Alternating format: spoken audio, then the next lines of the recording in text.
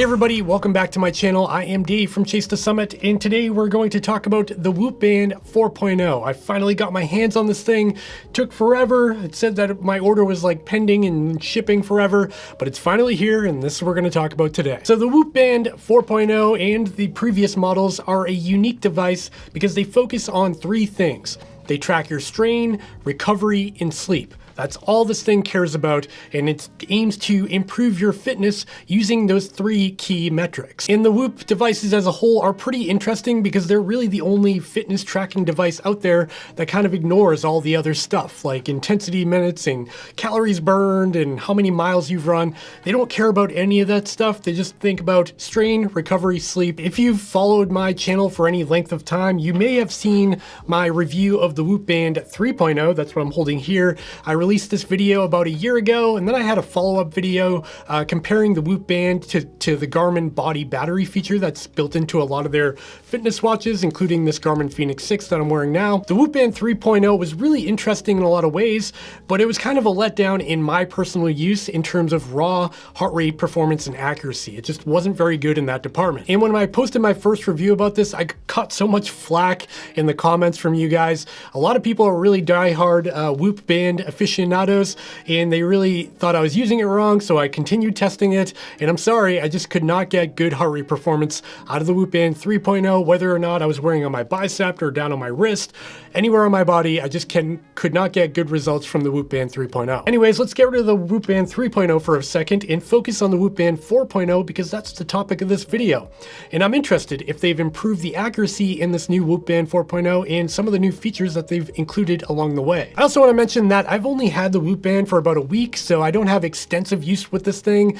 And I know with the Whoop Band, the longer you wear it, the more information you get out of it, kind of learns your body, unlocks new things. So yes, I know about that. In this video, I just want to update you on the raw hardware, the heart rate performance, the accuracy, all the things I can talk about, and I'll save all the other stuff for a longer term review. I do want to stop here and give credit to Whoop for a couple of things before we move any further. First of all, when I unboxed the Whoop Band 4.0, there was a little pamphlet and packet inside for the purpose of upcycling your old Whoop Band 3.0. If you didn't know, if you're a current Whoop Band 3.0 subscriber, you actually get the Whoop Band 4.0 for free. All you have to do if you're a current subscriber is go on their website, fill in some information, and they'll send you out a brand new Whoop Band 4.0, which is pretty awesome. And that's something I really give credit for Whoop for doing, even though their subscription model is kind of a pain in the butt.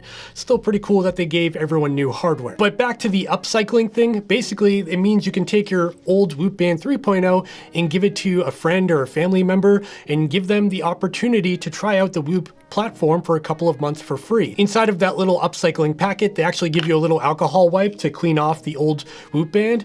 And they also actually include a brand new nylon band to attach to the Whoop Band 3.0. So you're giving your friend or family something clean with a new band and not all gross and soggy from the past year of using it. And I just want to give them credit for that because a lot of companies would just tell you to throw them away, and that just creates a lot of e-waste, and it's just kind of not great for the environment. And it doesn't really work out for the subscriber because you feel like you didn't get anything out of this thing and you just kind of threw it in the trash. Anyways, I'm happy to see the way they did this upcycling thing. It's pretty cool, and I wish other companies would adopt this as well. Quick interruption, if you're enjoying this video or you're finding it helpful or passing the time, maybe hit that like and subscribe button down below because it really helps me out. Okay, back to the video. All right, so let's take a look at the hardware of the Whoop Band 4.0 and what's changed from the Whoop Band 3.0. The first thing you'll notice, holding them side by side, I've got the Whoop Band 3.0 on the left and the 4.0 on the right of your screen. You'll notice that the Whoop Band 4.0 shrunk in size.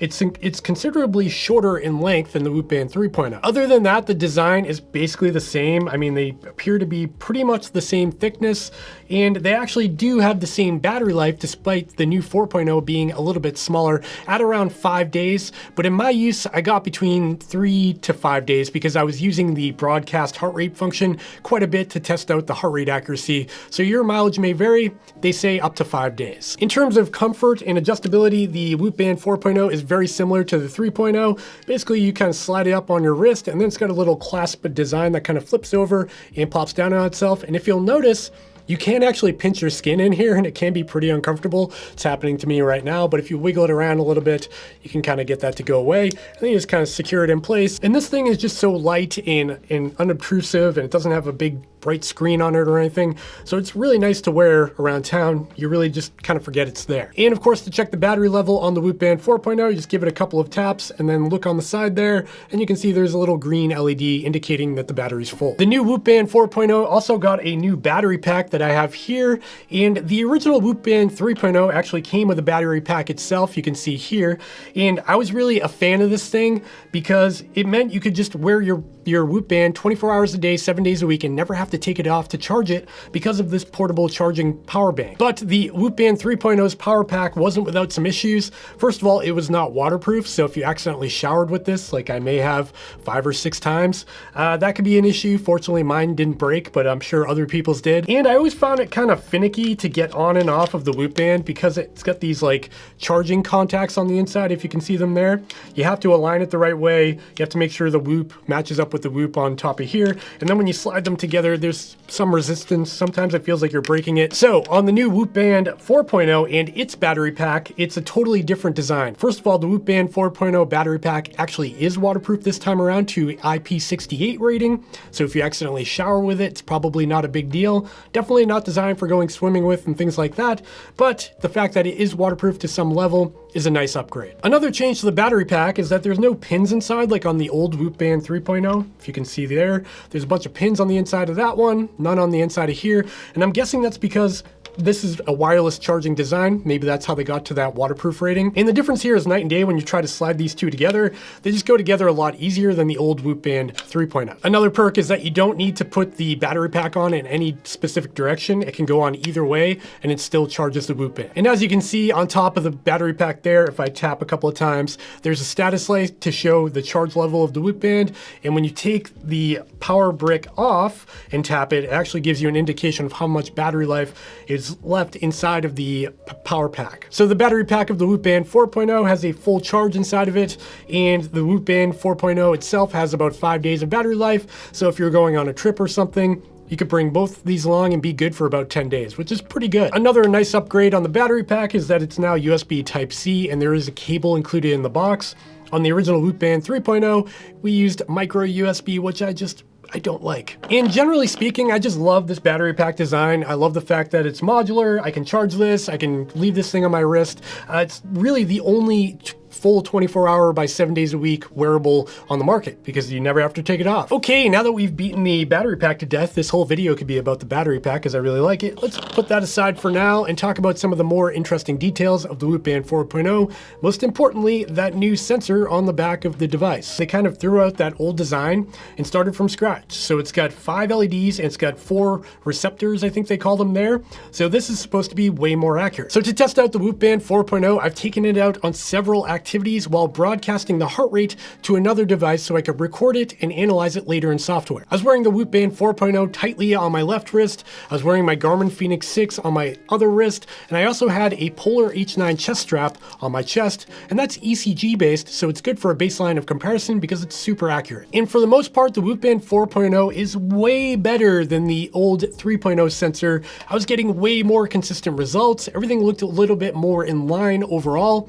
However, there were some instances where it would drop a little low, or it would be a little erratic and kind of fuzzy and kind of go all over the place, or it would spike up a little high in some areas. But generally speaking, I think the heart rate accuracy in the Whoop Band 4.0 has been greatly improved with that new sensor. So in terms of heart rate accuracy, I'd say accuracy from the optical heart rate sensor isn't a major issue anymore on the Whoop Band 4.0, but it's not perfect, and it's never going to beat out something like a chest-based ECG sensor or even an optical sensor up high on your bicep. Now, interestingly enough, on the Whoop Band 4.0, another feature rolling out on the platform is a bunch of clothing you can actually use the Whoop Band 4.0 inside of. I mean, actually physically put this little sensor inside of the clothing. I think they call this like Whoop Body or something like that. I could be wrong. I'll write it on the screen somewhere.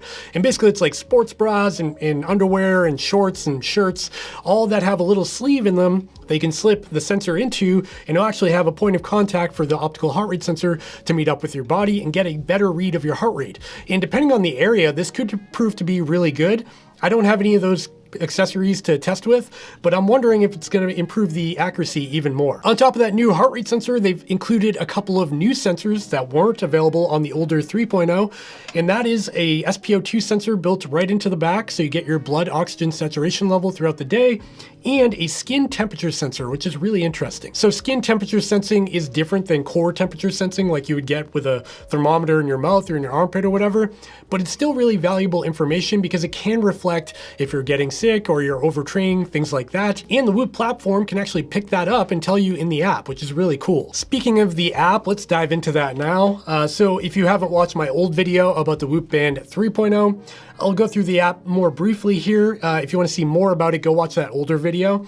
But here I'll just kind of go through it quickly, and then we're going to focus on the new features. So on the homepage of the Whoop app, you get a quick summary of your day that includes your strain, recovery, and sleep. So you can see here my day's been pretty lame, but if I scroll back to a day where I did some more vigorous activities, there we go. We've got a 15.1 in terms of strain from running. I think I did 10 miles that day.